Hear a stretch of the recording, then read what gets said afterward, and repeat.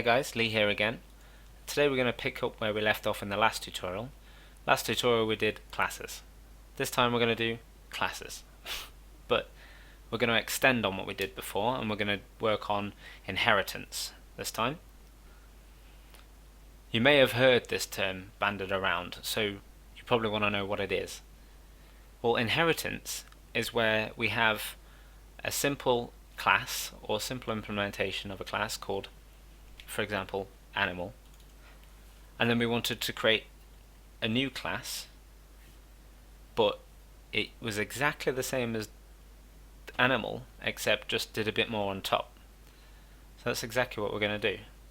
We're going to create a dog and a cat class this time, and we're going to make them change the behavior slightly but fundamentally still work the same as the animal class. So what is it used for?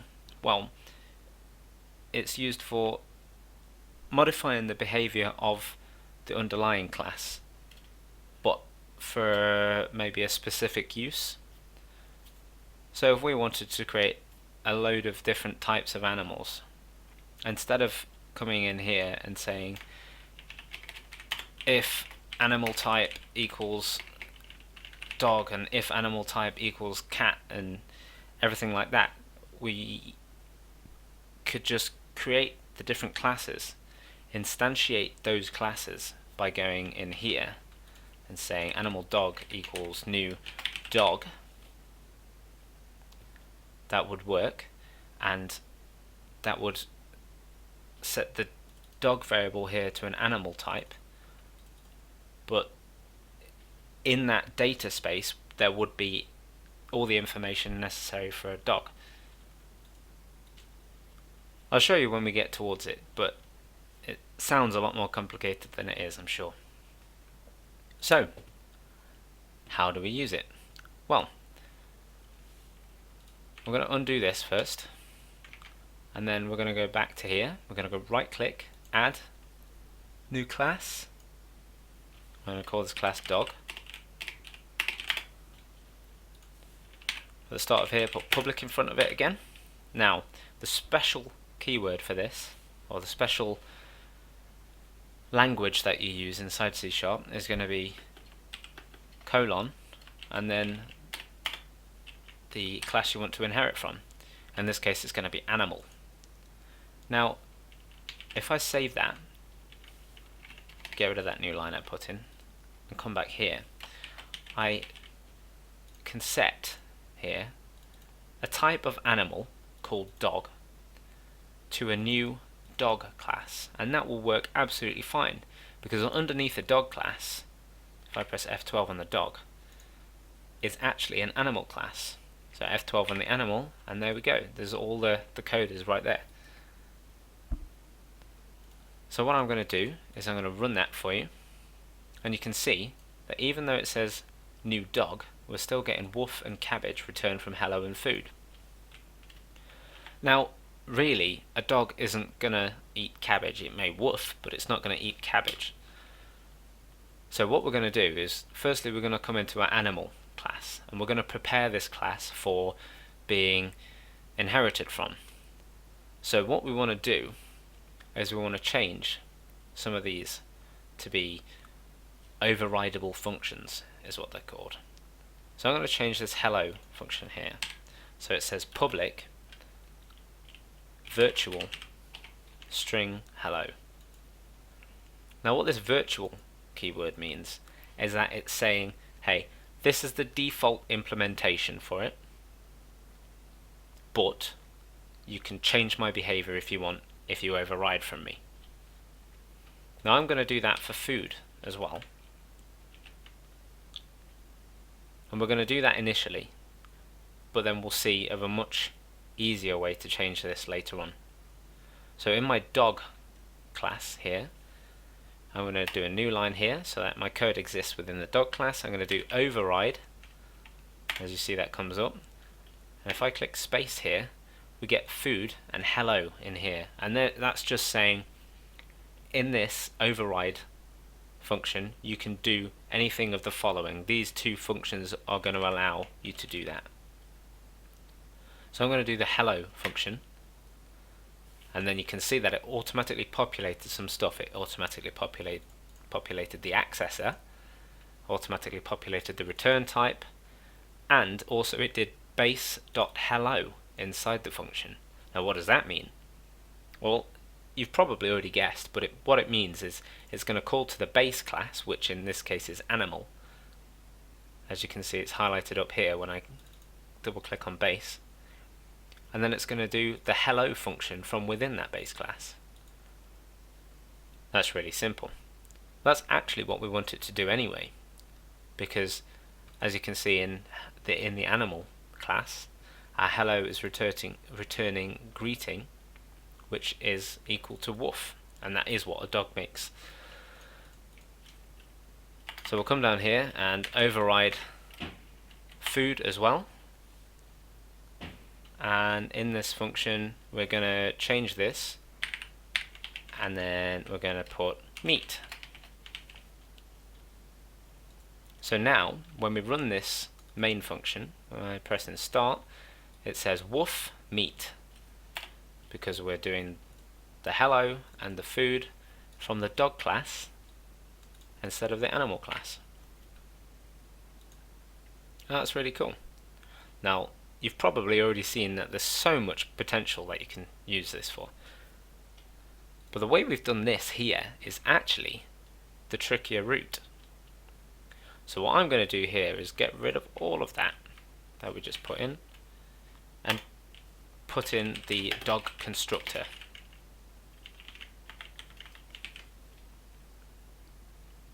So I'm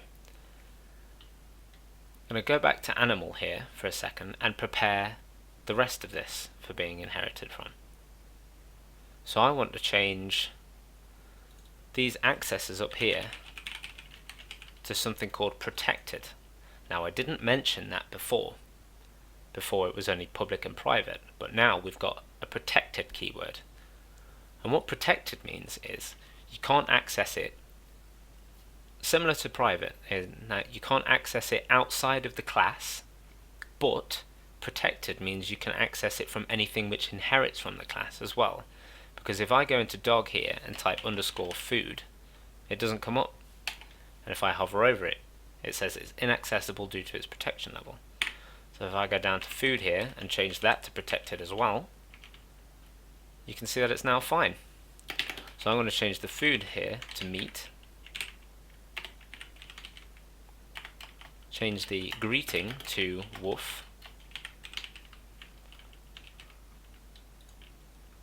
and then in the animal class here I'm going to change the greeting to none and the food to none. I'm going to get rid of all of this stuff inside the animal constructor here, and I'm going to make this the age and legs member variables into protected ones as well. I'm going to come into the dog here and set the legs equal to 4, and then the age equal to actually I might want to pass in a variable to set the age, because each dog will have a different age. Now we could go on and make a new class for each different age of dog, but that would just be crazy. So instead what I'm going to do here is say a dog requires an int of age, and then I can simply set the animal's age variable to age. Now as you can probably see here, we've got age equals age. Obviously there's an underscore bit here which says that, for me, it says that this is a member variable, but this can get quite confusing. So what I've seen some people do is in the constructor you do this dot in front of all the member variables. And we don't necessarily need to do that, but it can help to explain what's going on a bit better. So I'm going to just leave that like that for now. I'm going to run it. Oh no. Now we're back here, and this is saying that you can't initialize a dog that hasn't got an age with it. So in here we're going to put 5. we're going to say that the dog is 5. And I'm actually going to go into the animal here and copy and paste this function and add some more functions in. So age and legs, and return legs and age. And from the program, I'm going to put legs and age.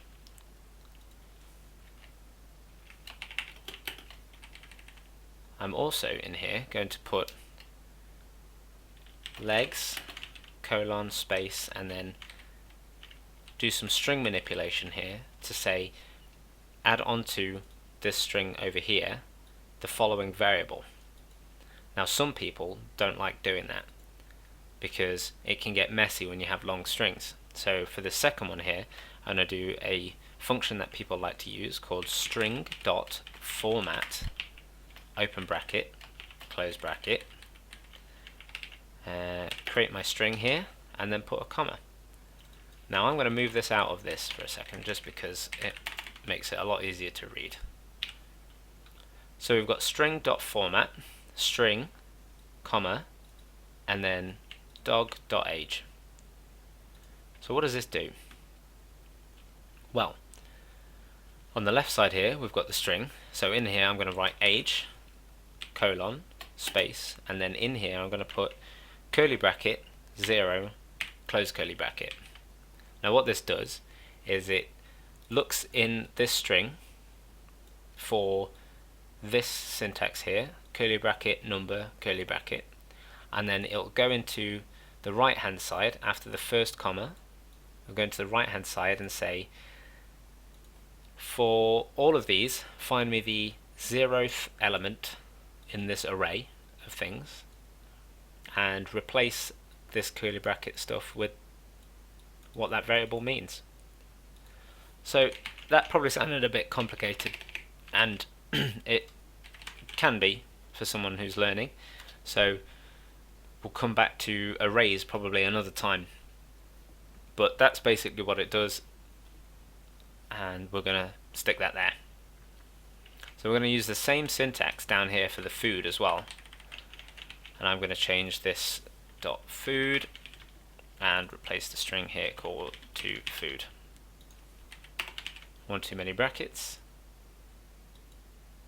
Nope, not enough brackets. Get rid of that one.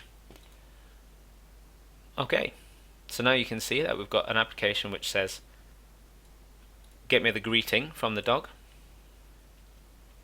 tell me how many legs the dog has got, tell me what its age is, and what food it eats. So I press F5 and we see here it says woof, it's got 4 legs, its age is 5, and it likes the food meat. So that's a little bit more with what you can do with animal, but I'm going to go and create a cat as well very quickly. Cat.cs, again take from animal and then do the constructor, and in here I'm going to say this dot food equals sardines. Oops, this dot underscore food equals sardines. This dot greeting equals meow. This dot age equals this is the second time we've done this. I could now go in here and put in an int age again, just like I did with dog, but then I'd have to do exactly the same code as I did in dog here as well. Now for this very simple example, it's not really too much of a task, it's not really too difficult to do, but I don't want to keep getting into the habit of copying and pasting code everywhere. So instead, what I can do is I can go into the animal class here, I can add a variable to this, or a parameter to the constructor of animal, saying int age, and then on this inside the constructor I can say underscore age equals age. So then here, back in the cat class, we've got an issue. It says that there is no argument given that corresponds to the required formal parameter of age. So what this means is this doesn't match an empty constructor below. So what we have to do is we have to do base, which again calls the base class, which is animal, open the bracket there, and we can type age in.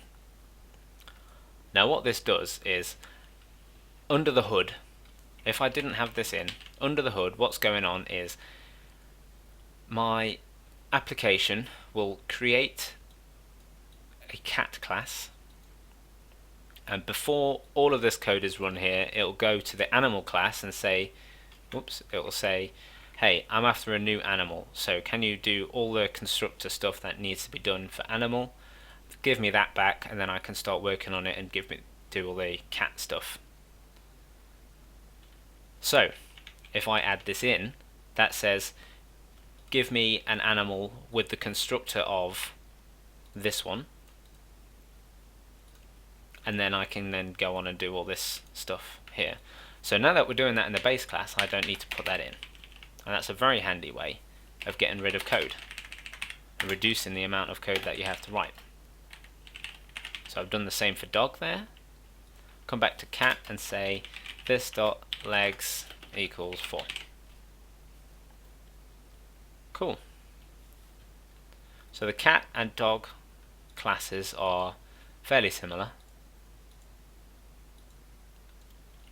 We've now got a constructor in the animal class which takes a parameter of age and sets the age. We've now got 4 virtual functions which return the member variables from up here. So now all we need to do is write that out. Now I'm going to come here, copy and paste all of that code, and I'm also going to create a cat, and that's age is going to be 3. So for the bottom section I'm going to do cat.hello, cat.legs, cat.age, and cat.food. So now when I press F5 you can see that we have woof, so we know it's the dog, 4 legs, age is 5, and its food is meat. We've got then from this line onwards it says meow, we've got 4 legs, age is 3, and the food it likes is sardines. So it's a very simple example of inheritance, and some of the real world examples of inheritance can be very extreme. There have been cases where classes extend for about 20 odd classes, and if you look at some of the ones included by default in .NET, they've got very, very deep inheritance trees. But this is a very simple example, and it shows that you can use the same logic by not repeating and keeping all the code in one place, but just override and include some variables. Well, I hope you could follow along and it wasn't too complicated. Let me know what you think, and I'll see you in the next one. Thank you for watching.